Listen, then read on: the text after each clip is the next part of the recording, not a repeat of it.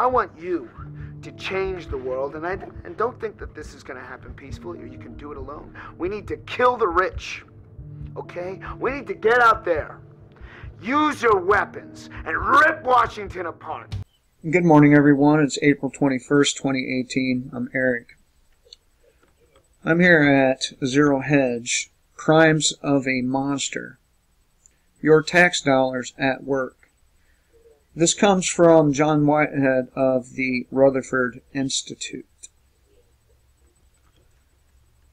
Let us not mince words. We are living in an age of war profiteers. Of course, you know, we've been at war for the entirety, more or less, of our existence as a country. So, you know, war is nothing new to this country, and our tax dollars being stolen or misappropriated, however you want to say it. You know, how the Pentagon keeps coming out and saying they've lost trillions of dollars, or, you know, Donald Rumsfeld said that shit the day before the World Trade Centers were attacked, and then again we heard it last year regarding trillions of dollars just gone. So we are living in an age of scoundrels, liars, brutes, and thugs. Many of them work for the U.S. government. We are living in an age of monsters. What exactly did they expect to happen after World War II and bringing all these Nazis over here to work within our government? Ask Donald Trump. He knows all about monsters. Any government that leaves mothers and fathers, infants and children thrashing in pain and gasping for air is evil and despicable, said President Trump, justifying his blatantly unconstitutional decision in the absence of congressional approval or a declaration of war to launch airstrikes against Syria based on dubious allegations that it carried out chemical weapons attacks on its own people. They are crimes of a monster. Yeah, I agree with that. But at any given day of the week, you can go to Zero Hedge, or, the Free Thought Project, and find multiple crimes committed by agents of our government. For example, massive cop slams handcuffed teen girl into counter for mouthing off. I mean, it goes on and on and on. Stalked and murdered. Videos show cop execute unarmed dad outside of Walmart, firing 30 shots. You gotta wonder how many people were at risk as that officer fired those 30 shots. Because, according to a former Baltimore police officer, police are very much undertrained, and it makes them a liability.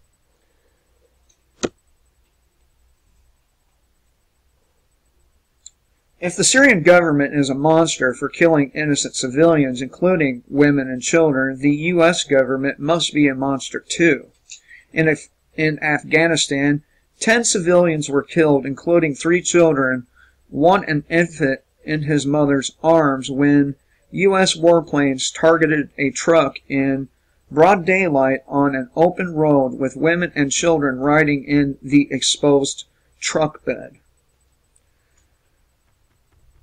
In Syria, at least 80 civilians, including 30 children, were killed when U.S.-led airstrikes bombed a school and a packed marketplace.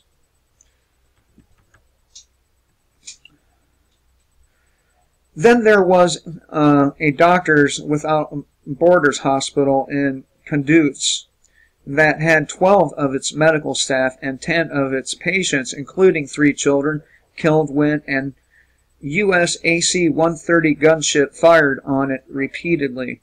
Some of the patients were burned alive in their hospital beds. Yes, on this point, President Trump is exactly right. These are indeed, I said indeeds, indeed the crime of monster. Unfortunately, this monster, this 100-headed Gorgon that is the U.S. government and its long line of political puppets, Donald Trump and before him Obama, Bush, Clinton, and so on, who danced to the tune of the military-industrial complex, is being funded by you and not me. But any one of you who go and do a kick-ass job at work every day and you pay your taxes like good little slaves, your tax dollars are funding the murder of men, women, and children who have done nothing to anyone over here in the United States. Unfortunately, we have no real say in how the government runs or how our taxpayer funds are used. We have no real say, but we're being forced to pay through the nose anyhow for endless wars that do more to fund the military-industrial complex than protect us. Pork barrel projects that produce little to nothing, and a police state that serves only to imprison us within its walls.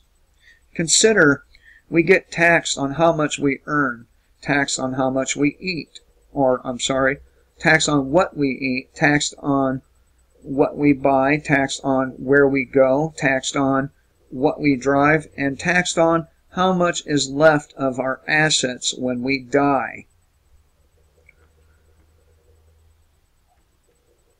Fuck, man, we should have just stayed under King George. Indeed, if there is an absolute maxim by which the federal government seems to operate, it is that the American taxpayer always gets ripped off. And boy, do we get fucking ripped off.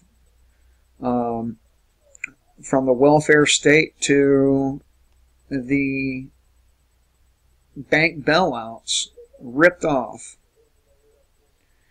This is true whether you're talking about taxpayers being forced to fund high-priced weaponry that will be used against us, endless wars that do little for our safety or our freedoms, or a bloated government agency or bloated government agencies such as the National Security Agency with its secret budgets, covert agendas, and clandestine activities, rubbing salt in the wound. Even monetary awards and lawsuits against government officials who are found guilty of wrongdoing are paid by the taxpayers. Not only are American taxpayers forced to spend more on state, municipal, and federal taxes than the annual financial burdens of food and clothing and housing combined, we're also being played as easy marks by hustlers bearing the impromptu of the government.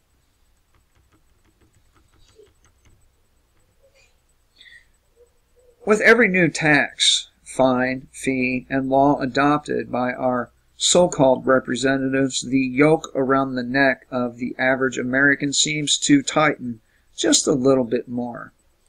Everywhere you go, everything you do, and every which way you look, we're getting swindled, cheated, conned, robbed, raided, pickpocketed, mugged, deceived, defrauded, double-crossed, and fleeced by governmental and corporate shareholders of the American police state out to make a profit at taxpayer expense.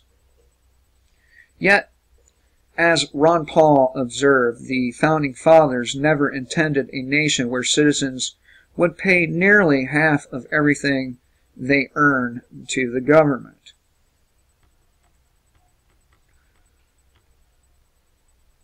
We are now ruled by a government consumed with squeezing every last penny out of the population and seemingly unconcerned if essential freedoms are trampled in the process. If you have no choice, no voice, and no real options when it comes to the government's claims on your property and your money, you're not free. You're not free if the government can seize your home and your car, which you've bought and paid for, over non-payment of taxes. They don't necessarily come and take your car, but if you get caught driving it, trouble for you. You're not free if government agents can freeze and seize your bank accounts and other valuables if they merely suspect wrongdoing. Yeah, I keep telling y'all that we don't have due process, and that right there, they can seize your bank accounts and other valuables if they suspect you. Does it sound like due process to you? Somewhere over the course of the past 240 plus years, democracy has given way to kleptocracy, and that's government ruled by thieves. And representative government has been rejected in favor of kleptocracy.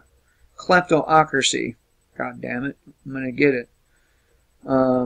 A government run by most unprincipled citizens that panders to the worst vices in our nature: greed, violence, hatred, prejudice, and war, ruled by career politicians, corporations, and thieves, individuals and entities with little regard for the rights of American citizens.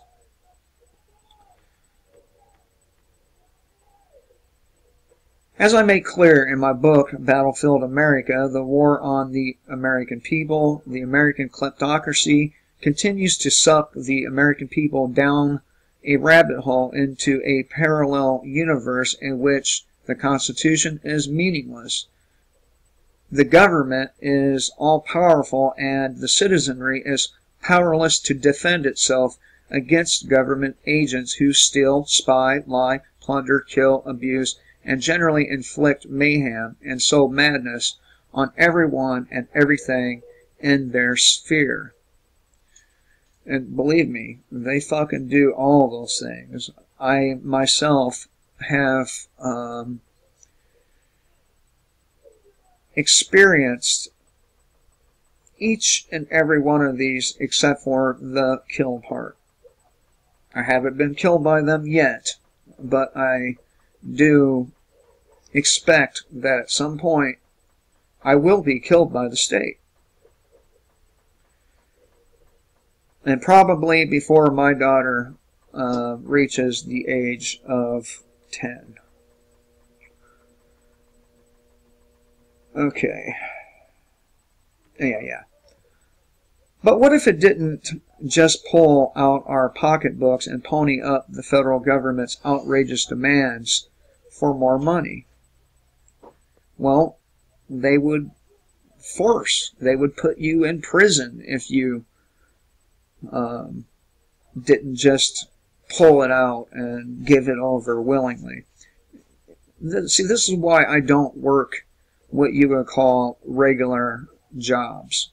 Because I don't want to have any kind of hand in, or as little as possible, in what these fucking people do with that tax money. Why would I do that when, say for example, I work a part-time job and I make $50 a day, and that day can range anywhere from 6 hours to 12 hours, and only getting paid $50 a day. When I can charge somebody $50 for an hour and a half's worth of work, or $100, or in some cases $300. Just saying.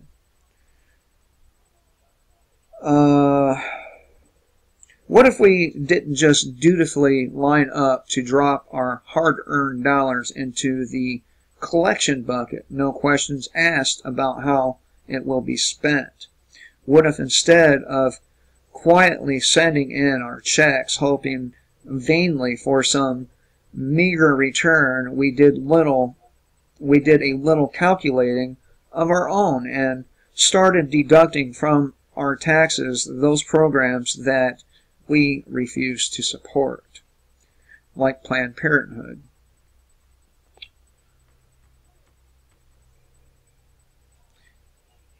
If we don't have the right to decide what happens to our hard-earned cash, then we don't have very many rights at all.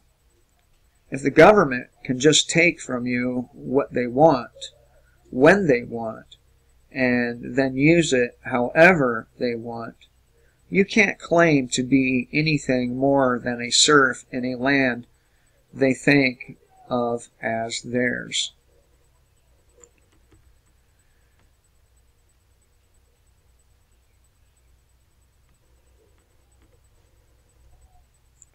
The government is undoubtedly the worst, most disgusting force human beings have ever created, and it's really fucking time we uncreate it. This is why I continue to tell you, kill the state before the state kills you. Hope everyone has a good day. Bye for now.